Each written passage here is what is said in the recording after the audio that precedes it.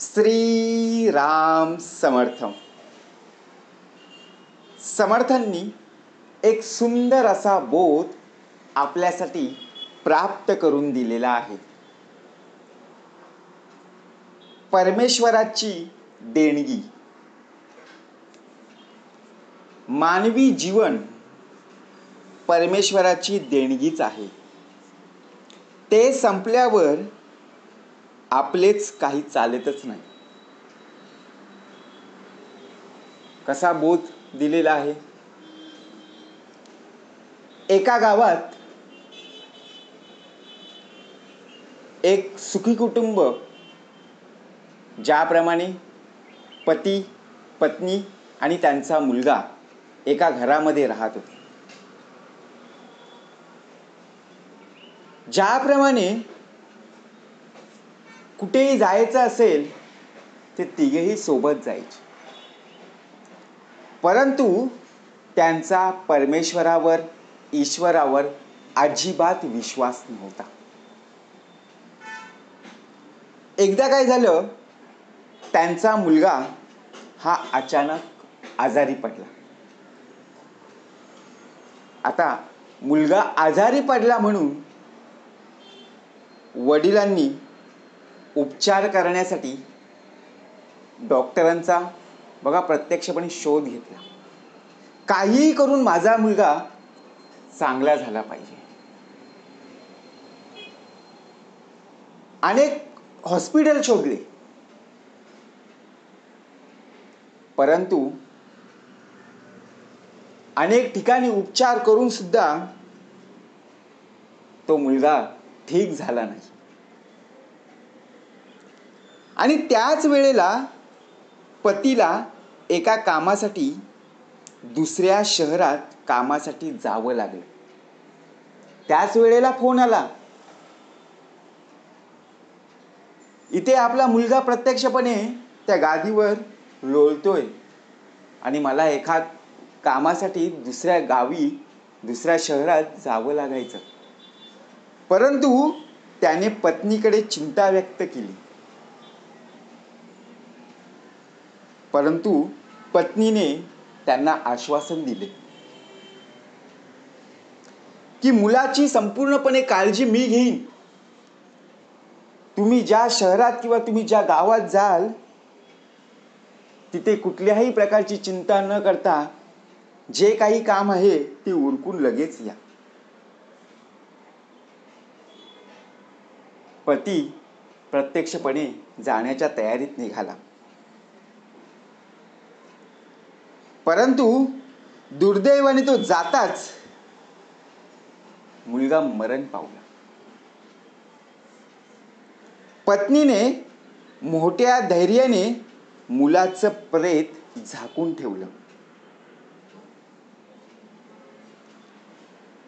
आणि संध्याकाळी पती येण्याच्या वेळेत ती स्वयंपाक करू लागली. आता मुलगा मरण पावलेला आहे. ही गोष्ट जर पतीला कळली तर संपूर्णपणे राग, मत्सर, मला ओरडा खाऊ लागेल. त्यासाठी ती स्वयंपाक खोलीत गेली आणि संपूर्णपणे जेवणाची तयारी करू लागली. पतीने येताच विचारले, मुलाची तब्येत कशी आहे? पत्नी पूर्ण घाबरली होती. तरी सुद्धा ती धीट मनाने बोलली, आज तो विश्रांती घेत आहे, कारण तुम्ही गेल्यापासून तो आराम करत आहे. तुम्ही आधी हातपाय धुवून जेवण करून घ्या आणि त्यानंतर त्याच्याकडे जा. एवढं मात्र बोलल्यानंतर पती जेवण करू लागला. तेव्हा पत्नी म्हणाली, आपल्या शेजारणीने माझ्याकडून भांड्यात पाणी मागितलं होतं.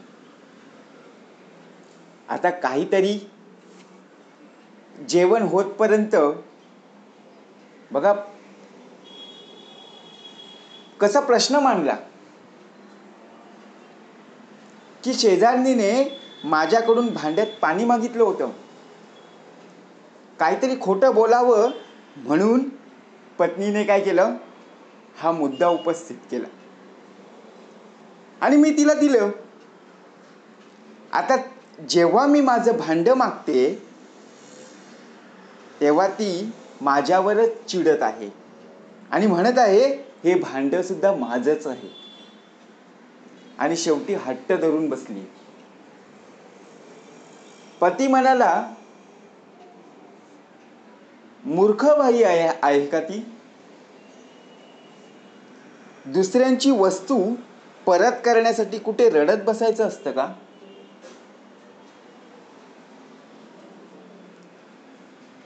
परंतु ते भांडं होतं त्या बाईचंच होतं.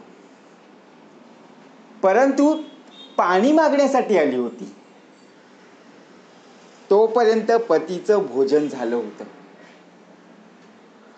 तेव्हा पत्नी म्हणाली, आपला मुलगा हे पण ईश्वराचं देणंच होतं.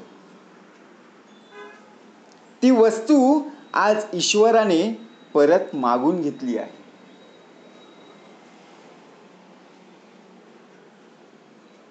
मग आपण शेजारणीसारखं रडत बसायचं का? पतीने पत्नीच्या तोंडाकडे पाहिलं आणि त्याला सगळा मामला समजून आला की प्रत्यक्षपणे पत्नी माझ्याशी खोटं बोलली. परंतु तो म्हणाला, ठीक आहे. मग त्या दोघांनी मिळून आपल्या मुलाचं पुढील अंतिम संस्कार मोठ्या धैर्याने पूर्ण केले. कसा भाग दिलेला आहे? कारण मानवी जीवन परमेश्वराची देणगीच आहे. ते संपल्यावर आपलं काहीच चालत नाही. कारण तिघेही सुद्धा परमेश्वराला मानत नसत, ईश्वराला मानत नसत. ज्याप्रमाणे आपण एखादी वस्तू असेल, ती वस्तू घेतल्यानंतर त्याची एक्सपायरी डेट असते. जशी मॅन्युफॅक्चरिंग असते तशी एक्सपायरी डेट असतेच. तशी सुद्धा आपली सुद्धा मॅन्युफॅक्चरिंग डेट आहेच ना. जन्माची तारीख माहिती आहे, परंतु आपली एक्सपायरी डेट माहिती नाहीये. हा भाग आपण लक्षात घेतला पाहिजे. जे आहे ते परमेश्वराचं आहे. म्हणून प्रत्यक्षात भाग कसा दिलेला आहे? आपण सुद्धा परमेश्वराच्या चरणी नतमस्तक होऊन विश्वास ठेवणं गरजेचं आहे. आपण ज्या ज्या ठिकाणी जातो त्या त्या ठिकाणी निवेदन ठेवूनच कार्य जरूर करणं गरजेचं आहे. विश्वास का असावा? जर विश्वास नसेल तर आपला आत्मविश्वास डळमळीत झाल्याशिवाय राहणार नाही. परमेश्वराची देणगी आहे. आपल्यामध्ये असणारे कला कौशल्य तो संपूर्णपणे बघा, प्रत्येकाला वेगवेगळ्या प्रकारची कला दिलेली आहे आणि त्या कलेमध्ये आपल्याला संपूर्णपणे वाव मिळत आहे, मान सन्मान मिळत आहे. ही सुद्धा परमेश्वराची देणगी आहे. कारण मनुष्य जन्म हा पुन्हा पुन्हा नाहीये. 84 लक्ष योनी फिरून आल्यानंतर जो नरदेह प्राप्त झालेला आहे, जी आपली पुण्याई आहे, त्या पुण्याईच्या जोरावर आपल्याला सामर्थ्य प्राप्त झालेलं आहे आणि त्याच सामर्थ्याच्या जोरावर जी देणगी परमेश्वराने प्राप्त करून दिलेली आहे, त्या परमेश्वराचा आभार आपल्याला मानता आला पाहिजे. पुनरपी संसारा येणे नाही. ज्याप्रमाणे सामर्थ्य नसेल तर कुठलीही गोष्ट शक्य नाही. म्हणून समर्थ म्हणाले, सामर्थ्य आहे चळवळीचे, जो जो करील तयाचे, परंतु येते भगवंताचे अधिष्ठान पाहिजे. जय जय रघुवीर समर्थ.